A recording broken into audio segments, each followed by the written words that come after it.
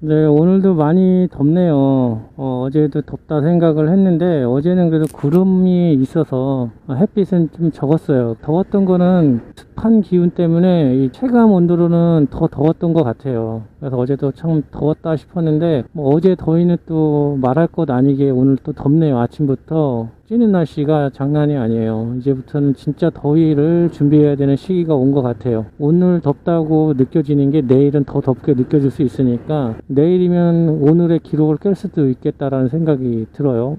어제 한 바가지 땀을 쏟았다면 오늘은 뭐 한 바가지 반을 쏟을 수도 있는 그런 날씨인데 장거리 콜로 계속 주긴 합니다.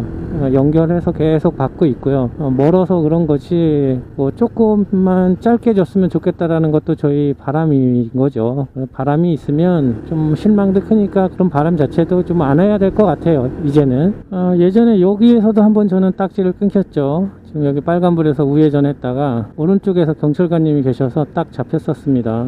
벌점도 맞았었고요. 저렇게 가시면 안 돼요. 걸릴 수도 있어. 근데 요즘에는 교통법규를 좀 조심해야 될 것 같아요. 강화된 것도 있지만 아침에 뉴스를 보니까 우리 국가 세액이 36조 4천 그 정도가 전년도보다 덜 거쳤대요. 그러니까 내는 세금이 그만큼 줄어든 거죠. 기업 성장이 둔화되면서 내는 세금도 줄어들었을 거고 부동산 거래나 이런 걸 하면서 이루어지는 세금들이 전혀 거쳐지고 안 있으니까 뭐 그걸 어디서 충당하겠어요. 나라도 그 세금을 걷어서 운영을 하는 상태인데 그런 세금들이 줄어들면 걷어들일 수 있는 게 이런 거죠. 뭐 신호위반이나 교통법규, 국세를 걷어들일 수 있는 방법을 총동원해서 해야 될 것 같아요. 그러다 보니까 경찰관님들의 업무가 주 업무가 이런 것 쪽으로 바뀌지 않을까 싶은 생각이 들어서 교통법규를 좀 지키는 게 낫지 않겠나 싶어요. 맨 잡히는 게 저희처럼 배달하거나 바쁘신 분들, 뭐 차로 용달로 하시든 뭐 다마스를 하시든 그렇게 바쁘게 사시는 분들이 대부분 잡혀요. 그분들 빡빡하게 어렵고 사는데 저도 마찬가지고 이제 세금까지 더 내야 되는 상황이 될 수 있으니까 교통법규는 잘 지키면서 다녀야겠다는 생각이 듭니다. 네, 오늘 아침 그 뉴스를 읽는 순간 제가 생각한 건 좀 그거였었어요. 교통법규 잘 지켜야겠다.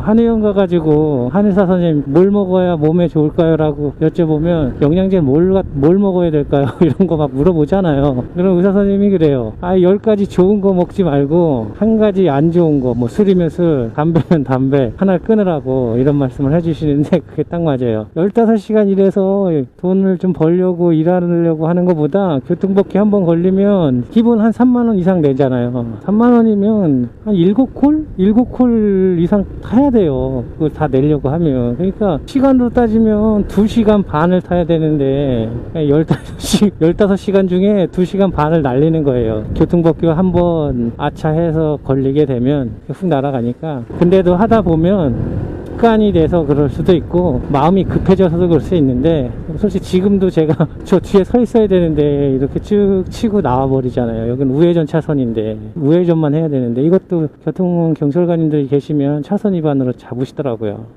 며칠 뭐 카드값 얘기도 있었고 그래서 전 오늘 아침에 원래는 아이 엄마한테 그런 얘기를 하고 싶었죠. 그러니까 나랑 상의를 했는데 그 상의했음에도 불구하고 내가 안 된다고 했는데 당신이 카드로 긁어놓으면 내가 더 벌어야 된다는 생각이 들어서 좀 힘들다.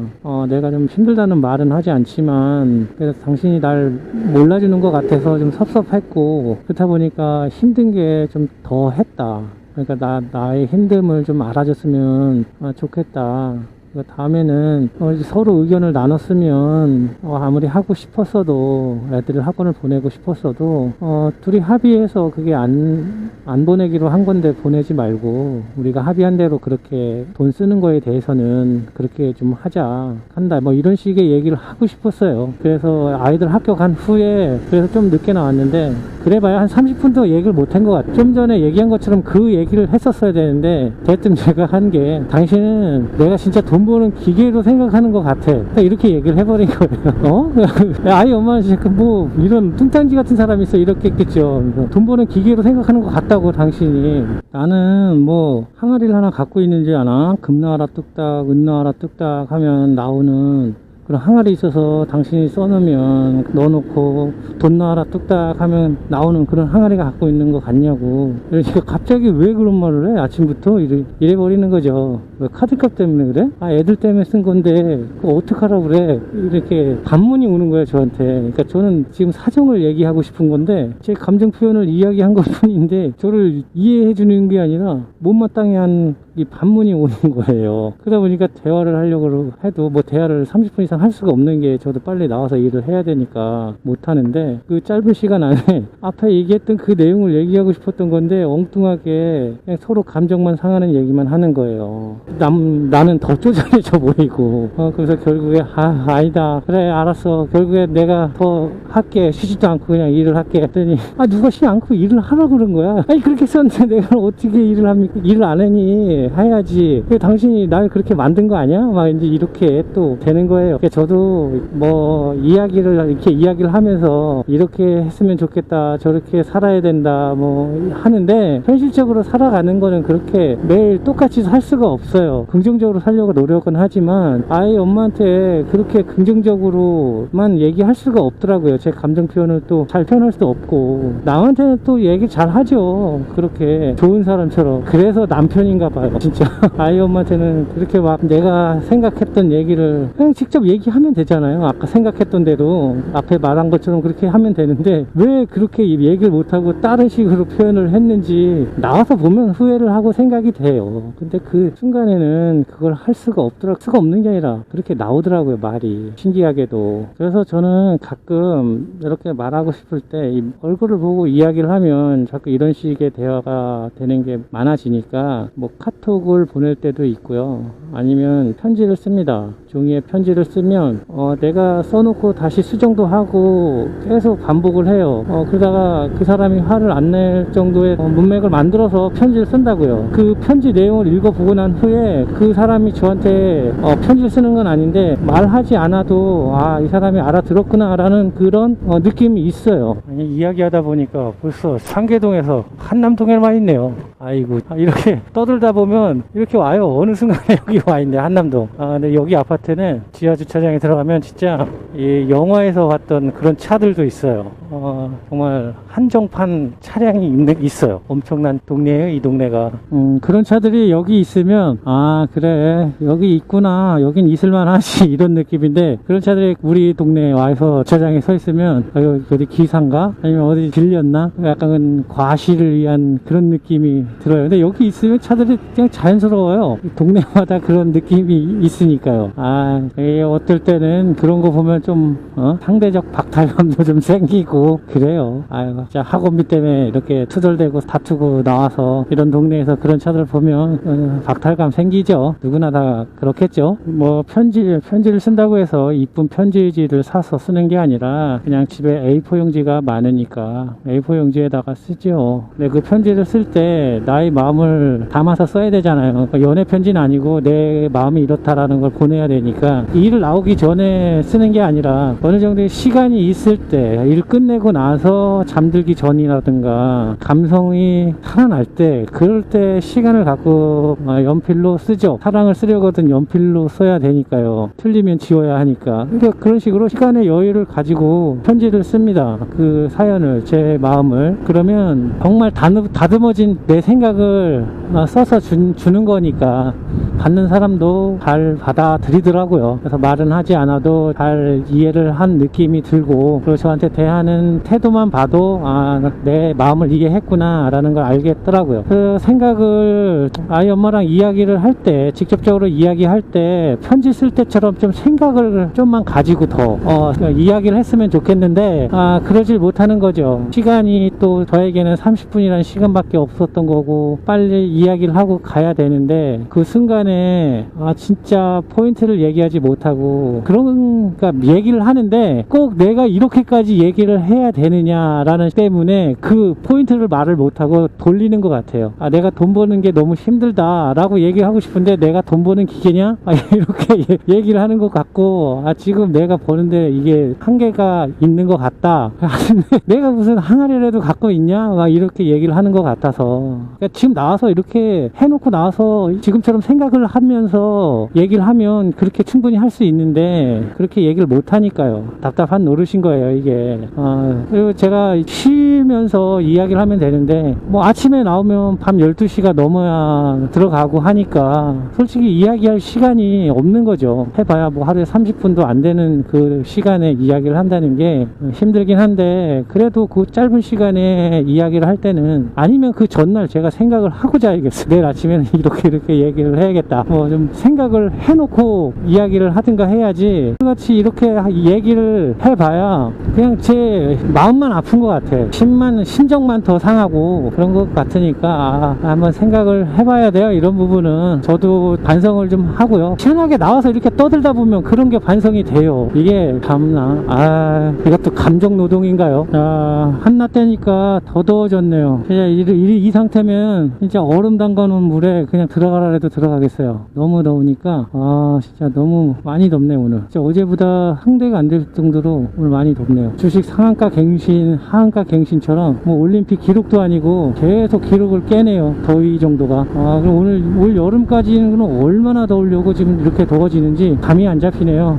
사람에게 체온이 있듯이 지구에게도 지온이라는 게 있을 텐데, 이게 우리도 감기 걸리면 열이 막 오르잖아요. 아무래도 감기에 걸린 것 같아요, 우리 지구가. 그래야 빨리 치료를 해줘야 되는데, 이거 이제 이런 식으로 온도가 계속 올라간다 그러면 심각할 것 같네요. 정말 인간은 약이라도 먹고 빨리 이겨낼 수나 있지, 이거 지구 환경은 또 그런 게 아니잖아요. 고치려고 하면 진짜 얼마나 걸릴지도 모르는 상태인 거고, 그렇다고 그냥 내버려 둘 수도 없는 거고, 진짜 심각한 상태인 것 같아요. 이 지구 온난화 같은 경우에는. 제가 지구 과학자는 아니지만 이게 밖에서 일을 해보면 확실히 느껴요. 덥다는 거를, 해마다 더워졌다는 거를 확실히 느끼겠어요. 저는 오늘은 저를 금호동 한남동 이렇게 돌리기로 했나 봅니다. 쭉 한남동으로 넘어오면 다시 금호동 가서 픽업해서 다시 한남동으로 넘어오고, 한남동에서 다시 금호동 넘어갔다 다시 한남동, 계속 여기서 뱅뱅 도네요. 이 언덕을 계속 올라갔다 내려갔다. 진짜 오늘은 이쪽이 제 무대로 만들기로 했나 봅니다. 쿠팡에서. 동대문 쪽으로 넘어가길래 이제 그쪽으로 넘어가려나 보다 생각을 했더니, 뭐 다시 오다 보니까 한남동이에요. 이거 어떻게 근데 쿠팡이 한남동에서 한 방에 롱슛을 쏘네요. 여기는 서울숲에서 픽업을 해서, 한남동에서 이제 왕십리 쪽이니까요. 왕십리 쪽이라서 그럼 터널 넘어가면 되겠다고 배달지만 봤는데 픽업지가 글쎄 서울숲이네요. 뭐 안 올 수 없고요. 왔습니다. 아이고 멀다. 덥다. 제가 저번에 해놓고 한 달에 하루는 그냥 풀로 쉬어야겠다 생각을 하고 그렇게 하기로 했었는데요. 이번에 뭐 아이들 학원비도 들어갔고 해서 하루에 한 번은 그냥 풀로는 못 쉴 것 같고요. 솔캠이랑 이런 건 전혀 생각을 할 수 없고, 안 쉴 수는 없어요. 쉬긴 쉬어야 돼요. 일주일에 한 번은 쉬는데 낮에는 일을 하고 밤에만 쉬는 날을 만들어야 될 것 같아요. 원래는 낮이랑 밤이랑 같이 쉬어야 되는데 그렇게 쉬게 되면 금액적으로 좀 빠지는 돈이 많다 보니까 그렇게 못 쉴 것 같고, 한 날은 낮에 풀로 일을 하고 8시 정도까지 일을 하고 밤에는 좀 쉬는 걸로 해서 다시 쓴 돈을 메꿔야 될 것 같아요. 이렇게 안 되는 상황에서 돈을 쓰게 되면 이런 것 같아요. 제가 쉬기로 했는데 그 돈을 따라서 제가 쉬기로 한 거를 못 하잖아요. 그러니까 돈이 저를 못 쉬게 만들어 버린 거죠. 내가 쉬어가면서 일을 해서 뭐 한 달에 4번을 쉬어서 뭐 70만 원을 좀 덜 벌다 치면 그만큼의 돈을 가지고 그만큼의 물건을 사든 학원을 보내면서 살면 되는데, 그러면 그 돈이 그냥 가치밖에 안 되는 거잖아요. 어떤 물건을 살 때 가치, 그 수단, 물건을 사기 위한 수단으로 쓰여지는 거니까 내가 돈을 다스리는 게 되는데, 지금 상황은 어쩔 수 없이 일단 제가 돈에 저를 맞춰야 될 것 같아요. 또 한동안은. 그래서 일주일에 어쩔 수 없이 밤에만 하루 쉬는 걸로 해서 일을 해야 될 것 같네요. 근데 없어도 보내놓으면 아이들은 죽으려고 하죠. 학원 다니는 거 엄청 싫어하는데 죽으려고 하는데, 그래도 아이 엄마는 보내놓으면 자기는 또 스스로 뿌듯한 것 같아요. 한가 봐요. 그리고 또 그런 거 보면 저도 솔직히 좋긴 합니다. 근데 이 돈 버는 게 힘들고 날도 덥고 하면서 힘드니까 그 힘듦을 좀 짜증도 내고 싶고 한데 그걸 어디서 할 데는 없잖아요. 그 짜증을 저도 어리광이면 어리광인데 어른이 돼서 어리광이라고 하긴 좀 그렇고, 그런 짜증스러운 부분을 나도 어딘가에 감정을 드러내고 싶은데 그게 저희 집사람이었던 거죠. 제 입장에서는 제일 편하고 여태까지 절 제일 잘 알아주는 사람이라고 믿고 살고 있기 때문에 그렇게 한 것 같아요. 어렸을 때 학교 가기 싫고 공부하기 싫고 뭐 다 그렇잖아요. 누구나 다 공부하는 게 좋아서 했던 사람도 있겠지만 대부분 하기 싫었을 거예요. 그러면 아이들은 지금 우리 집 아이들도 그렇지만 공부하기 싫고 학원 가기 싫고 그러면 엄마한테 아빠한테 말도 안 되는 떼를 써요. 막 징징거리고 나 안 갈래, 학교 가기 싫다, 왜 가야 되느냐 그러면서 자기만의 그 불만들을 이야기하면서 투덜거리고 막 짜증도 내고 한단 말이에요. 그러고 나서 엄마 아빠가 그래도 가야 돼 그러면서 보내고 하긴 하지만 그렇게 아이였을 때들은 자기 표현을 해야죠. 아이처럼. 저는 유학을 했으니까 뭐 외국에서 유학을 한 게 아니니까 일단 밖에서, 그러니까 친척집에서 공부를 하다 보니까, 나가서 학교를 다니다 보니까 제가 학교를 다니기 싫고 공부하기 싫고 그렇게 짜증이 나고 할 때도 어디다 얘기할 데가 없었어요. 우리 친척한테 얘기할 수 없죠. 그리고 지금처럼 핸드폰이 있는 것도 아니었어요. 지금이야 그냥 핸드폰으로 전화하면 뭘 하시든 전화를 받을 수 있는데 그때는 집 전화로 전화를 했었어야 돼요. 근데 공중전화로 집에 전화를 해도 낮에는 사람이 없어요. 잘 안 받으시는 거죠. 그리고 친척집에서 전화를 하려고 해도 그런 게 눈치가 보여. 그러다 보니까 그런 내면적인 감정을 표출을 해보지를 못한 거예요. 잘 하지 못한 거죠. 가끔 어머니를 만나면 그래도 받고 전화를 해서 좀 가끔도 해봤는데 그렇게 하고 싶을 때마다 그렇게 해보질 못한 거예요. 참는 일이 더 많았죠. 열이면 여덟은 참았던 것 같아요. 그러다 보니까 우리 어머니는 저를 자랑스럽게 생각을 하셨어요. 한 번도 말썽을 안 부렸다고 하시면서 착한 아들이라고. 근데 저는 착한 아들이 아니라 그냥 애이고 싶었어요. 그냥 엄마의 마음을 헤아리지 않는 그냥 내 마음만 이기적으로 생각하는 아이고 싶었어요. 근데 그러질 못한 거죠. 그냥 뭐 쉽게 말하면 철이 빨리 들어온 걸 수도 있고요. 엄마랑 떨어져서 공부를 하니까 딴집 얹혀서 사는 그런 느낌을 갖고 살았으니까 그랬던 것 같고, 그러다 보니까 제가 독서실에 가 있고 뭘 하면 우리 친척집 분들은 아이들한테 쟤 좀 봐라, 쟤 가서 공부하는 것 좀 봐라, 이런 식으로 말씀을 하셨었어요. 그러다 보니까 그 아이들은 제가 싫어요. 지금 뭐 성인이 돼서도 잘 안 만나요. 그 이후로는. 그러다 보니까 제가 싫은 거예요. 저를 시기하기도 하고. 그러다 보니까 그 상황에서 가불이 결정이 되고, 또래 누나들, 저보다 누나인 사람들이죠. 촌수야 이런 거 다 떠나서 나이로 다 누나였어요. 근데 그 누나들도 제가 싫은 거죠. 맨날 비교되니까. 근데 자기들은 엄마한테 아빠한테 막 어리광 피우고 왜 쟤하고 비교를 하느냐 신경질도 내고 하는데 저는 그런 것들이 부러웠던 거죠. 그러니까 그것도 꼴보기 싫었어. 그냥 그래서 더 집에도 안 들어가고 공부만 했던 것 같은데, 그러니까 그런 것들이 어렸을 때 했던 거를 못하니까, 애들이었을 때는 어른이 돼서는 어른다워야 되는데 저는 지금 어른이 됐지만 어떨 때는 그렇게 어리광처럼 투정을 부리고 싶을 때가 있어요. 그게 우리 집사람인데 근데 그걸 솔직히 집사람이라고 해서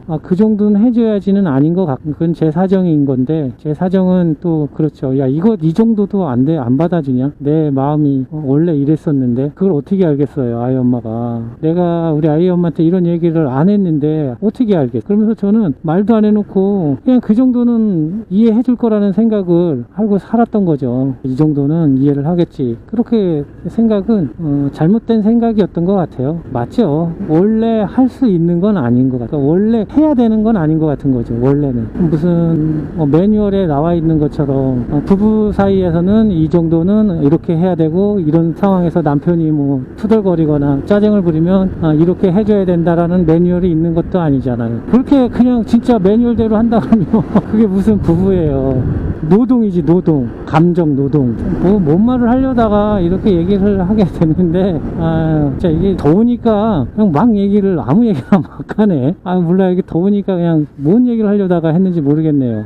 그냥 부부관계에서도 편지를 쓰세요. 요즘에 카톡이 있어서 뭐 카톡으로도 많이 하시고 하는데 그거보다도 이렇게 편지라는 걸 쓰게 되면 더 좋은 것 같아요. 소통할 때 편지를 한번 이용해 보시는 것도 권해드릴게요. 나름 옛날 생각 생각도 나면서 정말 표현을 아름답고 받아들이고 싶고 이쁘게 할 수 있어요. 그리고 다시 읽으면 안 돼요. 그냥 내 마음을 진짜 이쁘게 썼다 생각하면 그냥 접어서 식탁 위에 딱 올려놔야지 돼요. 다시 읽으면 그 편지를 다시 찢게 돼요. 그냥 제 경험담이었고요.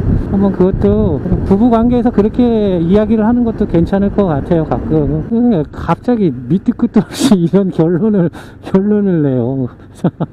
아이 참.